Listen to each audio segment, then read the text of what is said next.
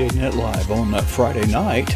We are streaming to a total of 4 destinations: YouTube, Facebook, Periscope, and Facebook. New page. Got Roger standing by in the green room. We'll go live to Studio 5 in 5, 4, 3, 2, 1. Welcome to a brand new day on PJNet Live. Folks, the excitement is everywhere. It's hard for me to contain it. If you are watching this live, welcome. We have a lot of stuff to talk about tonight, and we'll talk more about what's coming up in the future. But right now, we have in our green room one of the most analytical and bombastic minds on the planet. Roger, all the way from the swamp country, the bayou country of Louisiana. The Saints are kicking butt. Saints are 3-1, and Mark, let me put this in perspective for you. So the 4 teams the Saints have played so far this year were all in the playoffs last year. One's 2-2 right now, and the other 3 are all 3-1. They've played the toughest schedule in football, and Drew Brees went down in the first quarter of Game 2. He's going to be out about 6 weeks, so they've been without Drew Brees for most of this time, and they have pulled together like a team. They are 3-1. They're playing complementary football. They're playing team football. It wasn't pretty against Dallas. It was a 12-10 win. And, I'm used to the Saints with the high-powered offense, but I'll tell you what Teddy Bridgewater has given them. Now, Bridgewater, he's been in the league a few years, but he had a horrific knee injury that they really thought might be career-ending. Actually thought he might lose half his leg. And he spent a couple of years out of football. And so he hasn't been playing lately, and you can definitely see the rust on him, but he's not doing stupid things. He's not doing anything to hurt the team. You'll see him hold the ball too long, but you won't see him put the ball up for grabs downfield. And so a lot of short passes, a lot of running game, a lot of him trying to running if he gets nervous and doesn't know what's going on. But he's not doing anything stupid with the football. They're playing good special teams, they're playing good defense, and they're winning close football games against good football teams. Can you beat Atlanta? We're going to blow out Atlanta, I think. We're going to have Breeze back by that point, and I think the game's going to be a blowout, so that's going to be nice. I think we're going to beat Tampa Bay this week. We got Chicago in a couple of weeks. Chicago, and that team is 3-1 playing some inspired defense. I think that's going to be a very low-scoring game, and it'll be interesting. But it's been fun. And Mark, I'll tell you something else. I don't know if you've ever experienced this with any of the teams you were involved with coaching or watching, but last year, when it was pretty much my opinion that the Saints were the best team in football, they had to dominate and blow out their opponents in order for me to be satisfied. Okay? And so I could get dissatisfied pretty easily. When Breeze went down to injury, and I was just praying for them to be able to win half their games until Breeze got back, and I have a lower set of expectations, I'm really proud of the team. I'm really proud of the team, and I'm proud of the way they're playing, and I'm excited. And so, in a way, it's even more fun. Okay, because in a way, it's like you're seeing guys under adversity pulling together and playing well, and the team's got good character. This team has good characters, a good group of guys, and I really like Terry Bridgewater, the backup quarterback. He's got an incredibly positive attitude, and he was offered more money to go to Miami this year, and he was offered the starting job in Miami. But he said, you know what? I'm a backup to one of the best quarterbacks of all time who's not going to be playing very much longer. And my coach is one of the best offensive minds in football. And I think the smartest thing for my career is to stay right here. Okay. Hey, I'm getting some messages from our producer that the audio is poor. Okay. Don't know what's going on with that. But anyway, let's move on. Who will be president by the time Atlanta and New Orleans play? Well, Donald Trump is, I think there's a 90% chance he's going to be impeached. I think there's a 95% 5% chance he's going to be acquitted and not removed from office. I'm going to tell you the only reason I think there's a 5% chance that he actually gets convicted in the Senate. There are some never Trumpers, establishment folks that have never turned around who, they would not come out and ever say they were going to vote to impeach Trump unless the votes were there to do it. But if they thought that there were like enough other Republicans along with all the Democrats, maybe except for Manchin, they would actually jump on it and do it. But I don't expect it to happen. The Democrats are reaching. This whole business with Ukraine is one of the bigger nothing stories that I've ever seen. And I was really amused the way Trump the other day publicly called on China to start investigating Biden.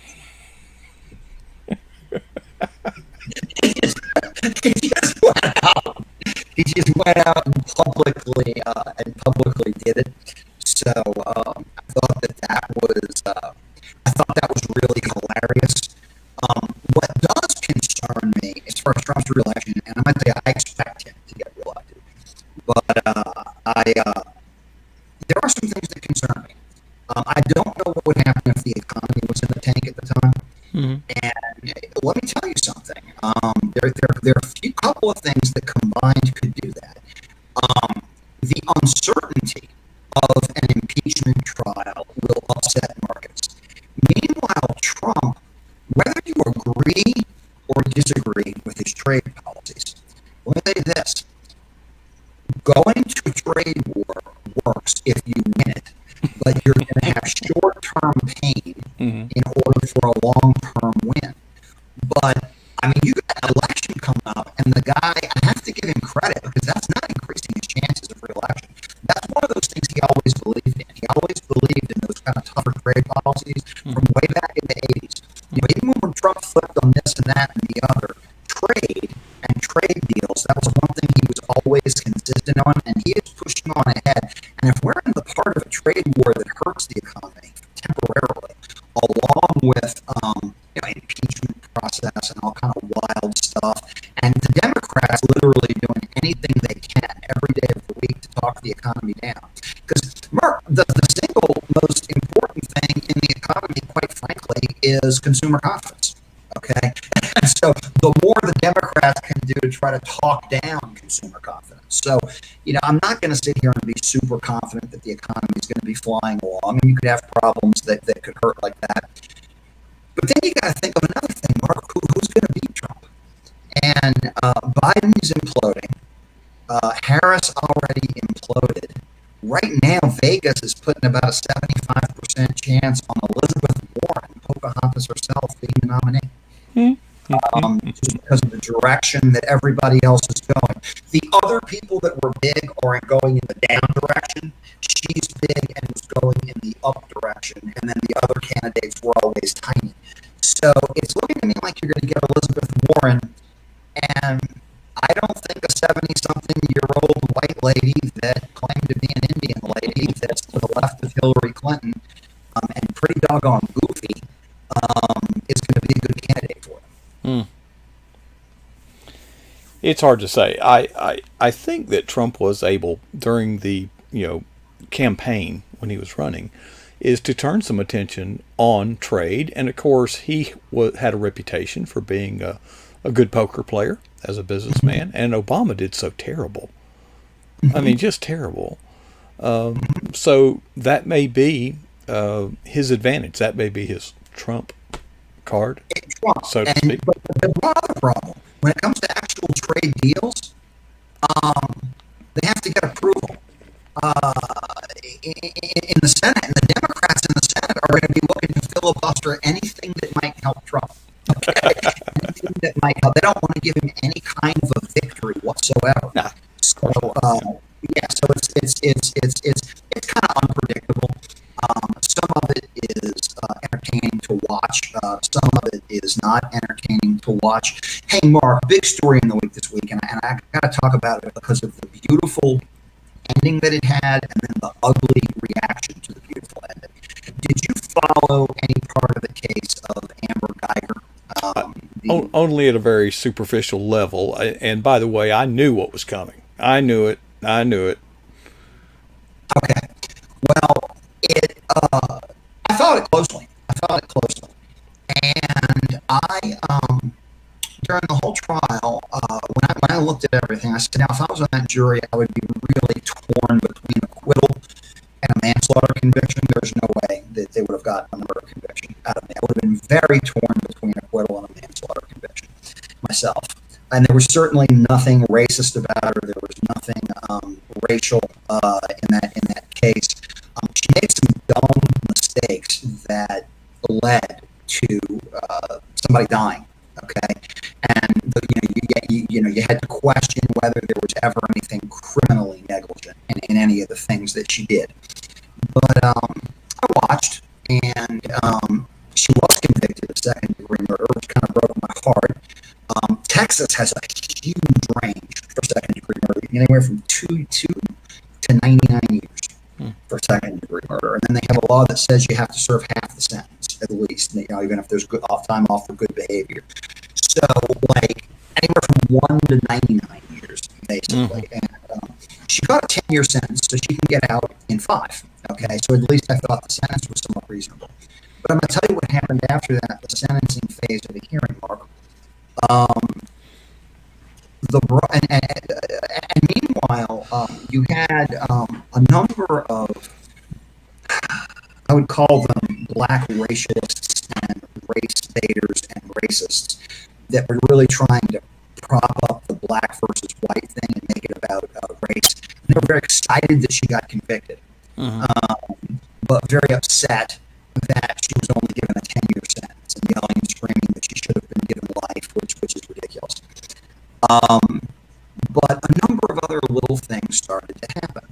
The moment that she was convicted and she was crying in the courtroom, the black female bailiff came up to her and started to stroke her hair and started to comfort her. And that was a woman who had seen every bit of that trial and had been in court for every bit of that trial, and who actually thought enough of the humanity of this person to go up and comfort her. And I thought that was a sign. It's like, she knows this woman isn't a monster. But then far more beautiful than that, when the brother of the man that she killed testified at the victim impact part of the whole thing, he said, Amber, I don't hate you, and I forgive you, and I love you like I love everybody. I'm a Christian, and I really hope that you'll find Jesus Christ in prison. And I'd like to ask the judge for permission to come down and give you a hug. And the judge gave permission, and he gave her a hug, and she kind of collapsed into his arms, and he held her for about a minute while she was crying. And he held her, and then the judge gets off the stage, the bench, takes her coat off, goes and gives Amber a hug, and gives her a gift of the Bible. Mark, that is radical Christianity, okay? And that is exactly the way that we're supposed to be. And as I was watching it, I was thinking, well, some things I learned in the trial. Amber was not a monster, but she was also no Christian. And she was certainly not living a Christian lifestyle. And I was thinking about how as horrible as this whole thing is, how that kind of mercy and that kind of love coming from people could end up changing her whole life, and how she could find Christ in prison, and how what a strong witness she could be, and everything like that. Mark, unfortunately, people like, there's a Bishop Swain, he calls himself on Twitter. He's a racist, black, supposed fake Christian. And there's a number of other racialists on Twitter and on Facebook that are blasting this man for forgiving her, saying, how dare you forgive a white woman who you don't have any right to forgive a white woman who murdered this black man. And this is what's wrong with black people, is that we're always being told to forgive the white people. We're always being, and they're just blasting it. And then a lot of other liberals seem to have caught on and jumped on with this, and they're just flat out there arguing against the most basic Christianity, because, hey, this woman's been convicted. She's going to do 10 years in jail. But they're arguing against any idea of forgiveness or compassion. And it's horrible to see. I did discuss it with my priest, actually, and he said, Roger, he said, sometimes when people see somebody do something that is clearly a very good thing, but they think that they would not be strong enough to do it themselves, or spiritual enough to do it themselves, or wouldn't be willing to turn it over to Christ and do it themselves, they have to get angry and they have Right. to hate it. Because Right. otherwise, they have to face their own shortcomings. Exactly. Exactly. Would someone give me some feedback in the chat room? I'm getting messages that the audio is hard to understand, garbled, or whatever. Steve, if you're out there, how about give me your report? We're having to do this. We're trying something new. This is a brand new day at PJNet. In the past, we have streamed to YouTube and then streamed that back into the chat room. Mark, it would also be helpful if we could find out is if it's all audio or just my audio. Yeah, we're gonna find out. I'll be doing some experimenting afterwards. Obviously, the recording is probably clean. If it's not clean, that's why everything else is bad. If the YouTube version of it is good, but the stream was bad, that's the relay. We're doing a restream. Sunbelt Girl's telling me it's just Roger. Well, we were going to get Roger a microphone. He's actually using his computer, which have notoriously poor microphones. But who knows? We may work on that at Amazon.com. But what's really cool, for the first time ever, we send one stream to the restreaming service, and they then send it to YouTube, like we always have. And they also send it to Facebook. It's on my personal page, but it's also on a page that we just launched today, and it looks terrible. We haven't done any decorating, but you can always catch the live segments at facebook.com/pjnet.tv. Now, we also have the domain name pjnet.tv, and we hope to launch pjnet. Video's fine, but all audio. Audio is cracking. Okay. Well, we will investigate, because we can't have that. And I can do this a different way. Plus, I want to find out how does it sound and look on Facebook. Okay. The other thing is we're streaming live to Twitter now. So I think this will give us much more reach, which, by the way, won't be very hard, because I find it odd that we will be doing this on a weeknight, and we'll have a dozen people in the chat room, so clearly a dozen views. If nobody on YouTube whatsoever saw it, the people in the chat room saw it. That's 12 views. And the next day, the number of views will go down to like 2 or 3. Well, first of all, I find it odd. How can you unview it? Okay. Right. It's like they're going in and disqualifying views. Well, yes, they scrub them for duplicates, and I kind of understand that, because hadn't you seen those little, commercials, get paid to watch YouTube and all that? Well, they're just jacking up view counts, selling that as a service. And YouTube is obviously going to take some countermeasures against duplicate views, or the video content provider himself watching it over and over and over and over again just to click up the view count. But in any event, it's very disheartening, when you do all this work and you get these people, and it's like, are you kidding me? The only people that saw it are the ones here in the chat room, which is great, by the way. The chat room is getting very lively. What I think I'll do, Steve will have his perspectives and commentary coming up at around the top of the hour.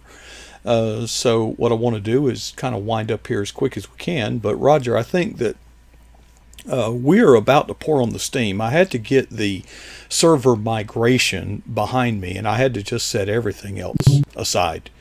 And focus on that, and it should have gone a little smoother than it did, but fortunately it only impacted us for one night, the night of the switch itself, and by midnight we were able to chase down all the little problems that, by the way, we had tested all that before. It worked fine, but I guess not. But anyway, I'm going up to North Carolina in a couple of weeks to meet with a pastor up there who is really all in to using this as a platform to share the gospel, share encouragement, share hope, share truth. So we're going to brand it pjnet.tv. Let's get away from words like patriot although we are patriots and we will be patriotic, but it's just like it used to be Kentucky Fried Chicken, but now it's just KFC. There you go. We're really not going to change the content that much, but we're going to change the packaging and the marketing a little bit and rebrand it a little bit. So, well, Roger, I hope are your Saints playing this weekend? Yeah, they're playing Tampa Bay. They're playing Tampa Bay at noon. There's an unpredictable team. Yeah, are they playing in Tampa Bay? No, they're playing in the Superdome. And but Tampa Bay threw up 55 points last week against the Rams and beat the Rams. And which was just one of those strange games. And so yeah, they're playing this week. I hope the audio was not so bad that it was just like completely unlistenable. Yeah. But I guess we'll look at that in the video later and try to get that fixed. Oh, I'll chase it down because we are using a different service, and we'll find out. I mean that if there's some problems, maybe we won't continue with that service. Maybe we'll try something else. But either way, Roger, appreciate you making some time for us tonight. Enjoyed having a chat with you, and who knows, we'll see you again soon right here on PJNet Live. God bless you, Mark. All right, bud. Take care. Okay, well, I've got my assignment for tonight. I am going to be scurrying around looking at the rendered versions on Twitter and on Facebook and on YouTube and whatever, and let's find out where the problem is. It could be in the original, because who knows, maybe there's something wrong here. But whatever it is, I will find it, and we'll turn the helm back over to Hazards 4, play some tunes. Stay tuned. We got his perspectives and commentary coming up real soon right here on PJNet Live.